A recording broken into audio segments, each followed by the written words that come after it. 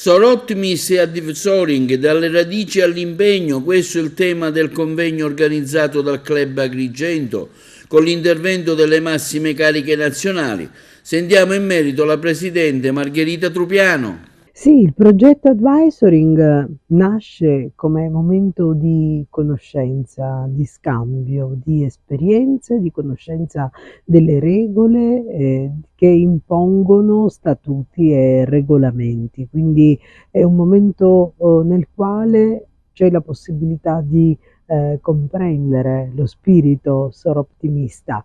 Noi ieri lo abbiamo fatto anche coinvolgendo le massime cariche dell'Unione, la Presidente nazionale Giovanna Guercio, la coordinatrice del progetto Luciana Grillo, la Presidente del Comitato Estensione Iana Simpanen e poi tutte le past president, ciascuna ha portato la propria esperienza di direzione di un biennio.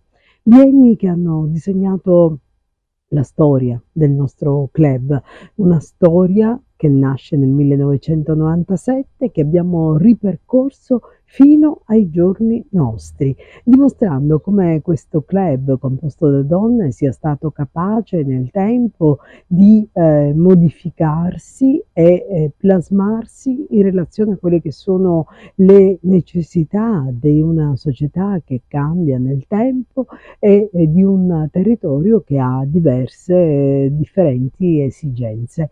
Ieri tutto questo lo abbiamo raccontato alle socie, lo abbiamo raccontato alle nuove socie perché solo in questo modo è possibile comprendere lo spirito del club, è possibile comprendere cosa significhi essere soroptimiste e cosa ancora, quali sono i valori che ci tengono unite e che hanno alla base quello fondamentale dell'amicizia.